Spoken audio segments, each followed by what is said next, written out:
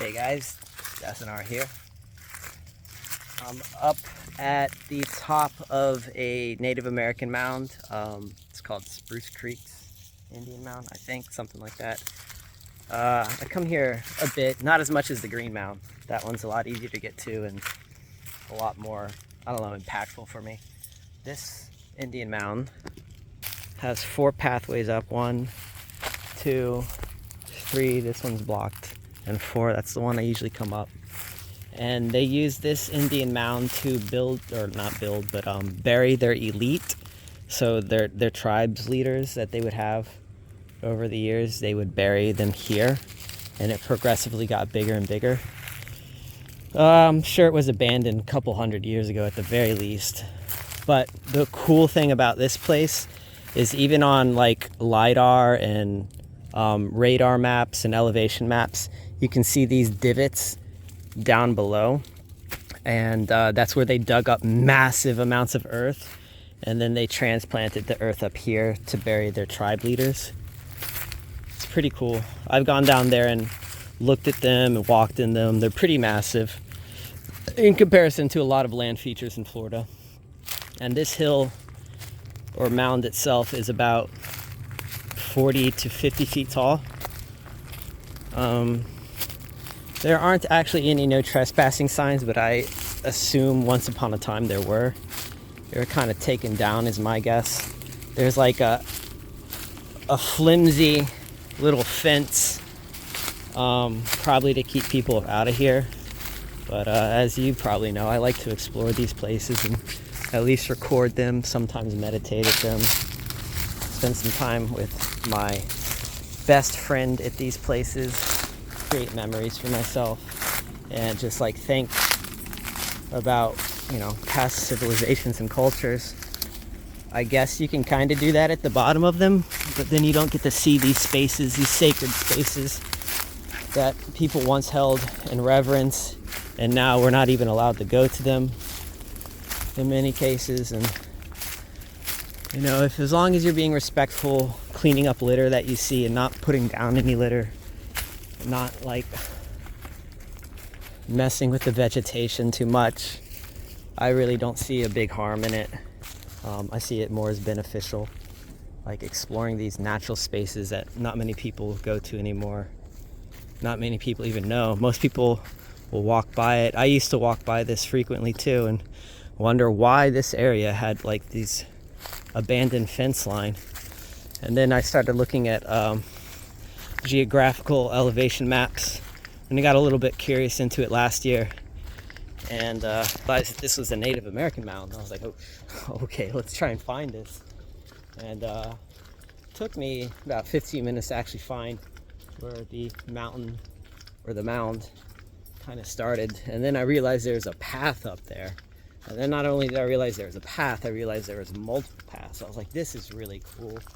They put a lot of effort into this, and it's been hundreds of years. And as you saw, like, I'm sure at one point it was cleared of trees up there, and there are 100 to 200 year old oak trees that are growing up there, trees that have fallen down from hurricanes recently. So it's been abandoned a while, and nature's kind of slowly reclaiming it. So it's special that we have this place and time to explore areas like that before they're fully reclaimed.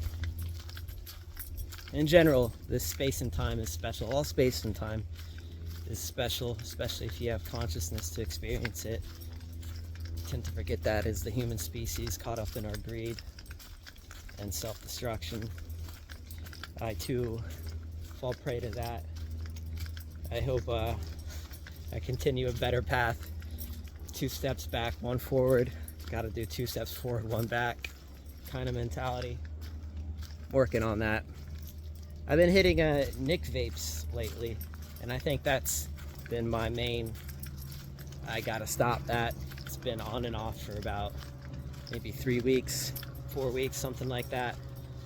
Not a serious habit. I usually just use my friends that they're done with or whatnot. But yeah, that's something I want to get back in control. Haven't been using cannabis too much. I passed job drug screen employment a couple weeks ago. I've used it a few times in the past week since then, but I've been pretty good with my cannabis addiction and not just delving down into that because I've been depressed. But I've been depressed for a while. I realized, there's many reasons for being depressed, and using substances to kind of cover that up just isn't like the answer. It never is the answer. The answer is finding fulfillment, which that's really freaking hard too. I'm desperately trying to find fulfillment in something that I do for like work. I can find it in my hobbies. You guys know I dance with my LED strings and lights, and that's like pretty much the highlight of my life. Recording that, going back, watching it, and just like being self-impressed and seeing where I can improve, and sharing that with other people. It's really cool when I'm just dancing, doing my own thing, and someone just like stops, watches, and is like, oh my gosh, you're really fucking good at that. Because like compared to other flow artists, sometimes sometimes, not often, oftentimes I'm pretty content with what I'm doing, but sometimes I feel like I'm not as impressive. But that's not the point, so I try not to dwell on that. But when people come up to me and tell me, hey, that shit's fire, it does feel good. And it's like, okay, thank you. Yeah, I've been doing this off and on for like 10 years. I've been going really hard at it for like the past 3 years. This past 2 months though, since I've been working since January, which that work ended about 2 weeks ago, I just haven't been dancing nearly as much as I was in like December and January, like early January. I still get out there. I'm getting back into that flow. Found a group on Facebook that I've joined for a little while, and they do some meetups that aren't too far by, and a lot of them do fire poi, which is really cool. But sometimes I feel like I don't fit in because I'm out there doing LED and next to all these people using fire, and the fire is quite impressive and usually garners most of the attention of the crowd, and that's fine. But trying to find the balance of myself and be like, this is just my thing and I'm gonna do my thing. Trying to figure out how to break into doing other things as well, like using other props, I guess is what they're called, toys. Because I just have a lot of control in my right hand. I've always had a lot of control in my right hand, and my left hand is not in sync with I don't know, my brain properly. Like it kind of hindered me from playing musical instruments and stuff like the drums. I can't do that. I mean, maybe I can with a lot of practice, but it's not comfortable for me to do that. So I've always practiced other things. Like I practiced the bass when I was younger, and that was all right.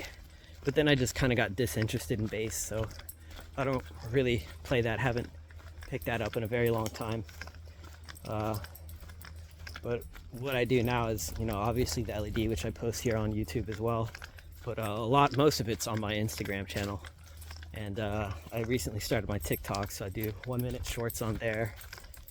Slowly trying to grow out that channel. I'd like to get like 1,000 followers on TikTok so I could do live chats like this. I think that would be pretty cool and might gather more of an audience. There's not a lot of people who are publicly in tune with nature so much these days. We're all so distracted, myself too. I find myself like constantly looking on my social media apps when I have down points in the day, which can be quite often. And I know it's not healthy, but I'm trying to get that short-term dopamine boost because the news media is like really depressing lately. My whole transition in life is kind of depressing me, at least. Other people constantly telling me that, hey man, you are doing a lot, and it's like I don't feel like I freaking am. I feel like I'm still struggling just to figure out what I can do that I want to persist at. A lot of the jobs that I've been doing, just I don't really see myself doing them long term. I don't see them having a lot of beneficial activity to the planet or myself. So, you know, it kind of weighs down on me, like, what am I doing? And kind of tunnels back into me, like, finding fulfillment in my hobbies. And really deep down inside, I wish I could, you know, just do that. Just freaking dance and I don't know, you know, anything along those lines. Maybe I'll figure that out in time. I just haven't figured it out now. And personally, I guess I don't believe in myself enough to think that I could be entertaining enough to be worth enough money to do that as a means of steady income. But practice. So gonna get back into practicing. I've been eating healthy regularly. I was going through a stint of a lot of pizza a couple weeks ago, but I'm back to eating regular healthy dinners. My roommates, we've been cooking for each other too. So one day I'll be cooking dinner and cook it up for them. And you know, last night Danny cooked up gumbo for us, which was really freaking good. And the night before that I cooked up stir fry, and I think I'll do some turkey burgers. Something, and eat a lot of fruit. I always eat a lot of fruit. I've been light on the vegetables lately. I'll get my, still have a few things at my apartment that the lease ends at the very end of this month, which is still March. But just a handful of things that I got to bring over, like my toaster oven, my microwave, vacuum cleaner, rug shampooer. I'm gonna try and sell the rug shampooer, give it to my mom, because we don't have carpet there, and I don't know if I'll have carpet again. It's worth like $400. I'll sell it for $250 if you're interested. But a few things at the apartment. Surfboard. It's got some dings in it, so I need to get it repaired if I actually want to use it. I don't really know how to surf though. It's just a really cool item that my friend, one of my best friends who moved away, gave me this past year. So ideally I'd like to hold on to it, but I'm realizing that I need to minimize the things that I have so that I can move again when needed, whenever that is. I don't know when that is. And speaking on that, I got accepted on the eligibility list for a park ranger position in Jacksonville. So I'll know in a couple weeks if the hiring manager contacts me about that. And that would be pretty cool. I kind of have my doubts that I'll find true fulfillment in being a park ranger, but it probably beats being a beach toll booth attendant is my guess, or sign spinning, or petition gathering, or working dish in a restaurant, or doing food delivery. It probably beats all that, right? The pay in Florida kind of sucks. I think it's like $2,700 to $3,000 a month. Which is a lot, especially if you're trying to live on your own or have to live on your own, because I don't really know anyone in Jacksonville except for my ex-partner. I mean, she might know some people who are looking for a roommate, and that might work out, but I can't rely on that. So likely I'll have to, if I got that position, move out on my own. Haven't been applying to things in like the past week. I've been in the process of really moving into my friend's place, but I have some applications out in Oregon too, and I have a friend who lives out there and has let me know like I have a place to stay with her for a while until things get sorted out or whatnot, which is really cool and reassuring. It's just I've already moved across the country before to California and it didn't work out, so I have some hesitation about it. But all the jobs that I'm applying to in Oregon are like conservation minded park ranger jobs, just like really beautiful country out there. So that would be really nice. But I will miss Florida. I love Florida. I love the warmth. I do wish it got colder in the winter. I do like a winter. We don't really get too much of that here. But Jacksonville will be a little colder if I did move up there. So I'm still hopeful. I got to get back into applying for conservation jobs, something that's more aligning. Something I really want to do is try and get gigs as an entertainer though. and I need to put more energy and emphasis into that. I haven't, and I looked into it. I've signed up on this one entertainment gigs job website, and a lot of that is like cruise ships or very short, like 1 to 3 day gigs out in another country or a different part of the United States, which if I did not have Cub, I would hop on board that. I'd do a cruise ship like in a heartbeat if I didn't have a Cub. But he's getting pretty old. I don't like leaving him with my family too much. I mean, my mom takes really good care of him. She doesn't walk him. Doesn't really get to go on walks. So, you know, that kind of worries me. He's like about 13, maybe 12 or 13. I think it's about 13. His leg's kind of going, just keeps injuring it. So I don't know how much more time I have with him. And I didn't have the first half of his life. I didn't have the first 3/4 of his life. I've had the last end of his life. So my sister wanted to do controlling techniques, it seems, and kind of kept him away from me, and for whatever hurtful or reasons are in her head, I don't want to get into that, but I have him now. And he's pretty much my son. He is my everything. Maybe he's not my everything, you know, like I'll be genuinely honest, like he's not my everything, but he's a huge chunk of my world, and I try and give him as much attention as possible. He deserves it. He makes my everyday better, my every day and every night. I'm sure you guys who have pets know that feeling as well, especially if you're really connected to them. So yeah, I would love to be an entertainer of some sort, or someone who helps throw together raves or something like that, and maybe that's something I should look more into, figuring out how to work with people that do that and get a career doing that. Because if I had to travel and I only have to leave them with my mom or a friend for like a handful of days, that's not a big deal. Like a weekend every once a month or something like that, that wouldn't be a big deal. But a cruise ship, which I feel like I could probably get a gig on a cruise ship. They hire all kinds of weird entertainers, and I feel like I'm okay enough to do that. But leaving him for 6 to 9 months is a no-no. I'm not doing that. Not doing that. If you leave your dog for 6 to 9 months, I'm sure some of you have to make that choice. But it's not something I really want to do. I guess if I wanted to let my leg in as an entertainer, something on the resume, it's something I'd have to think about. I don't really want to think about that. I'd rather come out here and enjoy a day instead. Got like another week of no work for a while, so trying to take full advantage of that.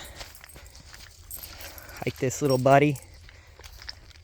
And then I think next week I start my beach toll booth gig, which is essentially me standing out in the sun with a phone and a credit card reader and scanning people's license plates and taking a fee for them to drive on the beach.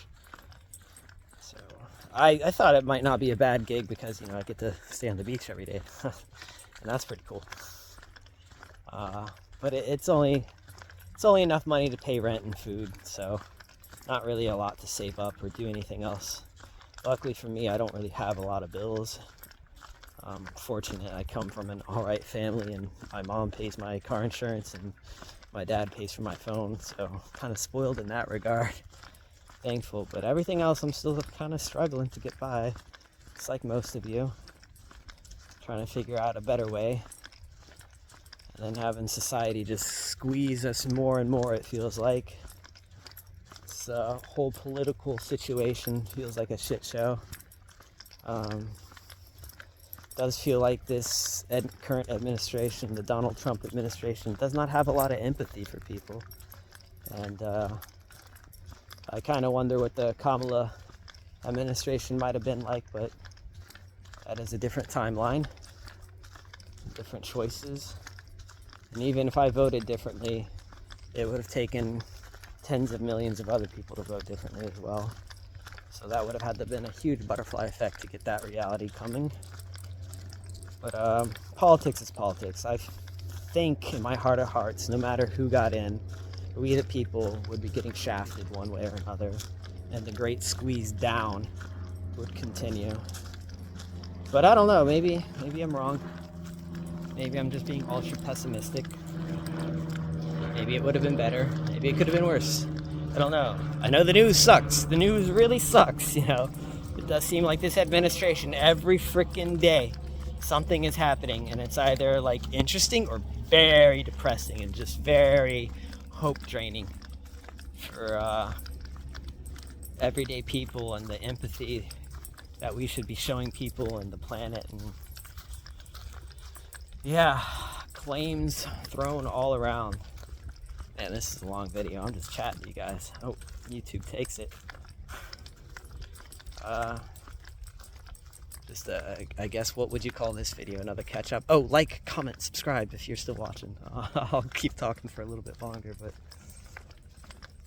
yeah, it's a crazy world. So don't forget to get out to special places like, you know, an Indian mound or a state or national park, or, you know, look around for historic areas that you haven't visited and try and go there and be mindful about going there. Like, put yourself in the time frame where that place thrived.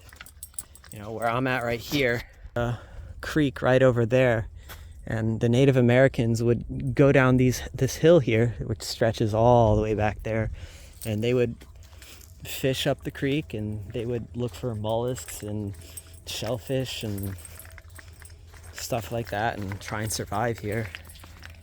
You know, a different way of survival, and then kind of all changed. Became like a horse ranching area. It really benefits us to try and tap out of the human-built society that we have that seems to be rushing all of us off a ledge of greed.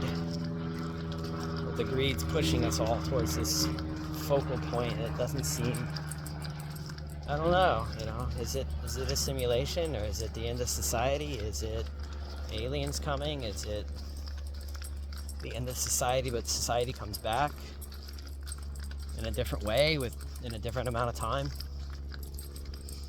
They're finding pretty interesting facts about the pyramids of Giza. They found 2-kilometer like pillars with these cylinders, these coils around them that go 2 kilometers. Yeah, they go really deep into the ground. And there was a lot of conspiracy theories starting years back that, you know, the pyramids were a power structure, and that was like squashed, and no. And then now we found these huge coil-like pillars, and it's like, well, wasn't ancient civilization actually using that for power? Like, because now it's starting to seem like maybe. And then the Egyptians from our more current epoch in time kind of found it and claimed it as their own. You know, maybe, I don't know, it's really weird times right now too. Got crypto kind of being a thing that no one understands now, but eventually that will be an actual piece of technology, and it'll be interconnected, and it'll be conjoined with quantum computers. And where does that get people? Where does that get people as resources get tighter and tighter, and we still demand each other to play by the resource war, to need dollars, to need yuan, rubles, pounds, all these currencies that we're fighting for and can't really share for whatever reason. You know, what happens when we have quantum computers, AI, and blockchain technology kind of just start to figure out things that we never even dreamed of? Where does that take us? Does that take us to a bad place?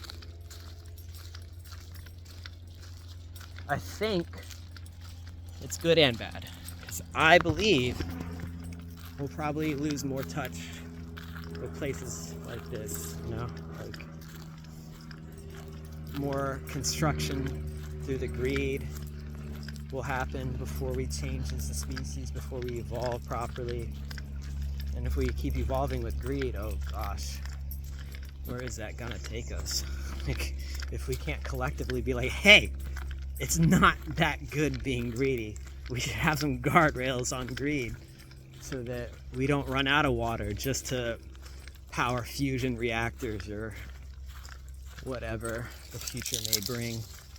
Had some interesting visions of the future on an LSD trip before, and it showed me a not too pretty planet. Like a lot of the water kind of ruined and used in these mega, I don't know what they were, but they were like storage units of like mines, or I could tell that I was there. Like, and water was being used to power them. It seemed, from my recollection, that like the ocean levels had dropped because of the amount of consumption of water on the planet. Is that the trajectory we want to continue on, or would we prefer a better path, a more sustainable future? Or do we want to do the same exact thing, get the same results, hope for something better? I don't know, guys. But that's a different story for a different day. Hope you guys are rambling about here. Rambling man, talking about my life, this life, our life. We share it. The air that I have breathed, you have breathed. You know, we might not have the same ideas or the same goals. We do share this amazing planet. I saw in an Instagram comment, because something really interesting happened over Europe, and someone was like, I hope that's a black hole so it can eat up this shitty planet and we can be done with it. And I'm just like, this planet is far from shitty. Like, I think if anything, we, the people, have become shitty.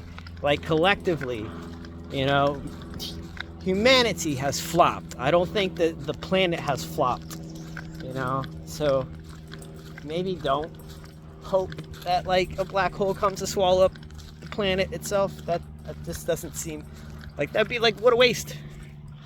What a waste. You know, if we left and we stopped doing our stupid shit and we didn't leave behind something that does stupid shit to destroy more resources, this planet would keep going on, you know, at least for nearly 1 billion years before the sun starts to increase its brightness, and then it'll evaporate a lot of the shit on the planet as it starts to turn into a red giant in like 2-3 billion years. But they're finding evidence that scientists are finding evidence that planets, after their stars kind of explode or puff out and release massive amounts of gas, that planets can like capture that expelled solar atmosphere and reclaim an atmosphere. So after all the water and the atmosphere on Earth has been evaporated away, eventually the sun will puff out so much matter. It's possible that planets like Earth and Mars, Mercury, can capture enough of that hydrogen, helium, oxygen, this combination of elements that make up an atmosphere, and remake their own atmospheres. That would be pretty cool. You never know. And something like Mercury might be close enough to the white dwarf star that it could start life there, you know? That'd be really interesting. But we won't know unless we create something that is trying to be sustainable and persist. Sustainable and persist. Not just persist, it's gotta be sustainable. You don't want a species that's just gonna drain all the resources, kind of like we are, until the party's over. Oh, it's over. You want something that's reasonably planning for the present and the future. Okay, almost 30 minutes of talking. I'm gonna cut it here, guys. Thank you for listening. I appreciate you guys, if anyone actually watched this. Yeah, again, like, comment, subscribe, all that cool fun stuff, and me and Cub will catch you in the next one.